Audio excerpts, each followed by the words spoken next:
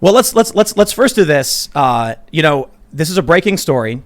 Trump's campaign website is seized by hackers who claim to have evidence that proves his criminal involvement with foreign actors to manipulate the 2020 election.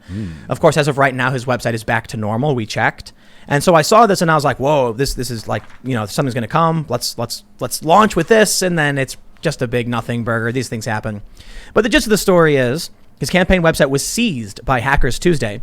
A message reading "This site was seized" appeared briefly on the homepage of DonaldJTrump.com before the website was taken offline completely just after 7:20 p.m. The message continued that the world has had enough of fake news spreaded daily by the president. It is time to allow the world to know the truth. The hackers behind the stunt claimed to have compromised multiple of the president's devices. Seems like grammatical errors aren't unique to the hackers. Daily Mail, come on, get a copy editor. Guys. That gave them full access to Trump and his relatives, along with access to confidential information. Strictly classified information is exposed, proving that the Trump government is involved in the origins of the coronavirus, the Post read. We have evidence that completely discredits Mr. Trump as president, proving his criminal involvement and cooperation with foreign actors manipulating the 2020 elections. The U.S. citizens have no choice. Okay. It's a nothing burger. I almost feel kind of dumb that we even decided to bring it up because I was like, it was like breaking news, and I'm like, oh wow, we got it. What's going on? I think you've got it though. Same typos in the actual Daily Mail writing end of the thing. Maybe they did it. The Daily Mail. The inside scoop. Yeah, man. There it is. That makes perfect sense. We've busted. Nah, they're making the news. Right. I gotta be honest. Daily Mail needs to hire some copy editors. So they have grammatical errors all the time. Of all the outlets, there's that. But so look, that's the gist of it. So Tim, was it true what they were saying that they were trying to blame Trump for the COVID crisis? What's going on there? What, the hackers? Yeah, that's what I heard. I heard that they were trying to blame Trump for this, and they were like, this is a big deal. I mentioned earlier, is the U.S. government and the Chinese government, are all these governments working together to create a bioweapon in a Chinese lab that then got out? That's like a movie script, dude. Yeah. That's just one, no. I'm 100% behind it. Yes, the incorrect. Well, half. The bad grammar kind of leaves like involved in the origins. I mean, I think Trump flubbed the COVID response, sure, but involved in creating coronavirus, I don't know. Like that'd be a pretty sensational claim, right? It's pretty ridiculous. Maybe they saw Borat, they were inspired, creative flourish, but I don't know. Maybe could explain why the grammar was wrong. They made it, put it in China so they could blame China. I've heard that it wasn't just a Chinese company working out of that lab, like other. Where did you hear this? I read it on the internet. No. Yeah. Oh no, okay. I read that it was like some company that Fauci was involved with was working at the lab in Wuhan. That's a lot. I don't have the documents in front of me. Man. Yeah, I give up. Yeah. I met, but I met Fauci. He admitted to it, though. It's true. Oh, it's true. Really? Yeah. Oh, snap. So well, let's dive in. Cool, You just said you think Trump flubbed the response. Oh yeah. Yeah, for sure. I mean, one of the problems is we don't actually have a metric for knowing what success looks like. Every pandemic response is unique, Would Hillary Clinton have done better or worse? The fact of the matter is America is its own country. No other country is a perfect comparison. We also have a very decentralized government. States are given a lot of autonomy when it comes to responses, which can be a downside when it comes to stuff like this. I think there were a lot of things that he did wrong, from a sort of habitual tendency to downplay the severity of the virus. We know, of course, that he was informed of its severity but didn't want people to panic, which seems like it was an effort to keep stock investors from sort of, hard selling, which may or may not have worked. We know, of course, there was a crash later anyway. But the thing that bothers me the most about the whole response is that I don't actually think there's a metric that Republicans would, like a line where they would say, that's too many deaths.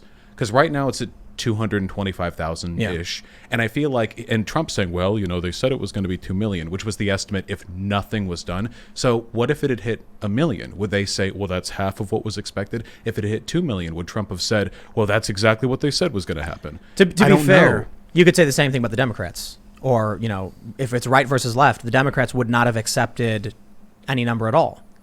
Oh, I mean, and if they were in power, I'd be perfectly willing to criticize for them, absolutely. Yeah. But right now, I mean, Trump has had, his hands have covered this whole thing. It's true, but it feels like then the real issue is, do you like Trump or not?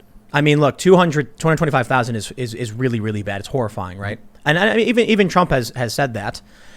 We don't know what it could have been or would have been. There's no metric for success, which you pointed out. So it's either, do you trust him, or do you like him, or do you not? Well, there are things that he did that I'm reasonably sure, like a Hillary Clinton. And by the way, please, for everyone, I don't like Hillary Clinton.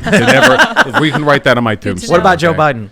No. Though I'll admit, I do like him more than Hillary Clinton. I think he is marginally more He's likable not as bad, than yeah. Hillary Clinton. you Yeah. there. Hillary Clinton Hillary. is the bottom of the barrel, man. Yeah. Right. Really So is. we're only nowhere to go but up. That's right. That's right. But yeah, Spirit. with Trump, when it comes to stuff like, for example, downplaying the severity of the virus, I feel like Democrats would have done that to an extent. But when it comes to stuff like habitually like ignoring masks or like sort of arguing with Fauci back and forth to the point where Fauci now needs a security detail to go in his runs because there are a lot of far right groups who think that he's trying to lock down the whole country, with him sort of promoting the anti-lockdown protests, saying they were taking back the respective states, which has led to additional threats of violence. I feel like stuff like that refers to a particular kind of far right populism that the Democrats don't have the ability to tap into. You know? What do you mean? I don't think the Democrats really have the same base of fanatical support in the way that the Trump supporters do. They have, now there are like K-Hive lunatics, and those people exist and they're real, but I feel like their antagonism is more directed at sort of chauvinism or anti-progressivism, or just against any candidate their preferred candidate doesn't like. But this like hardcore ultra-nationalist rejection of a national response to COVID, that I think is a particular to the Trump fandom. What groups? Like what right-wing groups are engaging in this kind of violence and going after people? Well, the violence is fairly, a violence, like political violence, is always going to be a fairly small percentage of the actual harm done here. No political group could ever do harm to rival the 225,000 dead, you know? Right. But we tend to wipe that stuff under the rug. This is one of the criticisms that I have as a libertarian socialist, like with the general system that we live in, you know? We'll say, like, news media will focus, a terrorist attack, 7 dead. That's horrible, of course. But at the same time, you know, pharmaceutical companies are pushing doctors to give unneeded opiates to people, and in the same Yes. period of time, 13,000 people might die. But that's a statistic. That's not a news story. That just keeps happening. So what I'm worried about isn't the actual political violence. It's about the attitudes we've taken that have allowed COVID to continue to this point. Just today, Trump said, as one of his like campaign achievements prior to the election, conquering COVID-19. On Saturday, highest recorded number of cases in the history of the country in a single day. Horrifying. And Mike Pence has said, I think he said during the debate, he tweeted it and deleted the tweet, that Trump locked everything down, which is not the case. There's a lot of complicated stuff here because we're going now from COVID, we're getting into political violence. So I think the simple point I can make, which I did, I guess, is when it comes to the COVID response, there's nothing to base it off of. For me, I'm kind of like, okay, well, early on, Trump took action very early on, like it was in January, to form the task force to spend to restrict most travel. There were some cases in which people could travel from China, eventually to Europe. And Anthony Fauci in March said no one could have done it better. So that was the early response. Dr. Fauci said, "Don't wear masks." We had, who was the Surgeon General guy? Don't wear masks. Oh, yeah. I don't know. They both did. They tweeted about it. Fauci is now saying it was a mistake for him to say not to wear masks. There's a video that the Republicans put out where you've got Kamala Harris and Joe Biden criticizing things Trump has said, and then they show that Fauci was the one advising, like Fauci was the one saying it publicly. So in this capacity, I've been covering this since it started, and I remember Anthony Fauci saying Trump is doing the best. I don't think anyone could do anything better. Now we're several months on. We're getting close to election, and all of a sudden, everyone's saying Trump has done a miserable job. Well, to be fair, it's not all of a sudden. I mean, there have been points where Fauci's, and I disagree, by the way. I think initially Fauci's arguing you don't need to use masks was, I mean, the logic he used there was that he was trying to disincentivize the purchase of PPE that otherwise needed to go to medical professionals. Yes. And I think it's irresponsible to put that out saying masks aren't effective or we don't know masks are effective. I think a more responsible way would have been to sort of implore Americans to be responsible with their consumerism, you know? You know the weirdest thing about it is, though? Early on, conservatives were the ones like, I'm going to go buy masks. I was getting messaged by people like, hey, don't listen to Fauci, go buy your mask. I remember. Because And now all of a sudden it's contrarians. Yeah, exactly. But it's both. Like you had Democrats saying don't wear masks, and the conservatives saying wear masks. Then it flipped at some point, and now it's the Democrats, or I should say the left, or whatever it is. I don't think it was that unanimous. I think that for the most part, people were on board with wearing masks, and there was a brief period where we were very concerned about making sure there was enough materials available for the hospitals and for the nurses and what have you. But even early on, and Fauci's in a difficult position here because I have a strong feeling that if Fauci was too critical of the president, he would be replaced for somebody less so. So Fauci, Like Dr. Atlas. Yeah. So if Fauci praises the president, there's kind of like that okay, how much of this is like the kid getting patted on the shoulder by the teacher, and how much of this is like a real political assessment, you know? I don't know. I just think it's a degree of skepticism that we have to apply. With regards to the early response, though, with Trump, though, we know that he defunded the CDC. He eliminated Obama's pandemic response team. He pulled the 44 researchers out of Wuhan who were supposed to investigate the origins of that virus. And while he did stop travel from China quickly, he did basically nothing for the next month before stopping it from Europe, by which point I think we now know it was pretty much too late. What should he have done? I think that I think that and he says this now, like Biden called me xenophobic for locking down China, which is not true. Biden called him xenophobic, but also... But he was responding to Trump's tweet. Sure, but that's because Trump is pretty xenophobic when it comes to China. If you can lock down China without it being like this weird nationalist condemnation of China, you know, you can just say like, oh, they're going through their own stuff right now. What could he have done? I think obviously a lockdown from Europe faster would have been preferable. I think regardless of what Fauci said, you know, once it was known that masks were available for everyone, that the PPE line was secure, he should have been very on board with promoting their use instead of like tacitly supporting the anti-lockdown, anti-masker protests with his tweets. And most importantly, I think he should have laid out a national plan to help states, to guide states, to give the money necessary. He did. To help them. Well, he kind of held it over some of their heads. It was like... Well, there was the 3-phase plan that he launched earlier in the year of like what to do and how to do it. And then he did this press conference where it was like phase 1, phase 2, phase 3. Here's what you need. I'm the president. I can't control the states. Now it's up to the governors. Sure, but he can though. Like you can do a national mandate. You can order national distribution of resources, and it feels like. And if we get down to the dates, it gets particular here. But there were times when it felt like he was like blackmailing states with support, like, oh yeah, I'll give you this your hospitals need, I'll give you these resources, you know, but you're doing so terribly lately. Just recently he said, I think this was in one of the debates, you'll have to forgive me if I don't remember the exact source, he said that he didn't care so much about aid for some of the stimulus deals because they would have gone to high crime Democrat cities. And what this suggests to me is the partisanship of a president who is going to give preferential treatment to bases of support that he knows will vote for him. Doesn't really care so much about other groups. I respect your point. I think it's complicated in terms of Trump's ability to accurately and charismatically convey an idea. I would say he lacks that substantially. But one of the issues with giving money to a lot of these states, whether he's legally allowed to do it, there's going to be a lawsuit.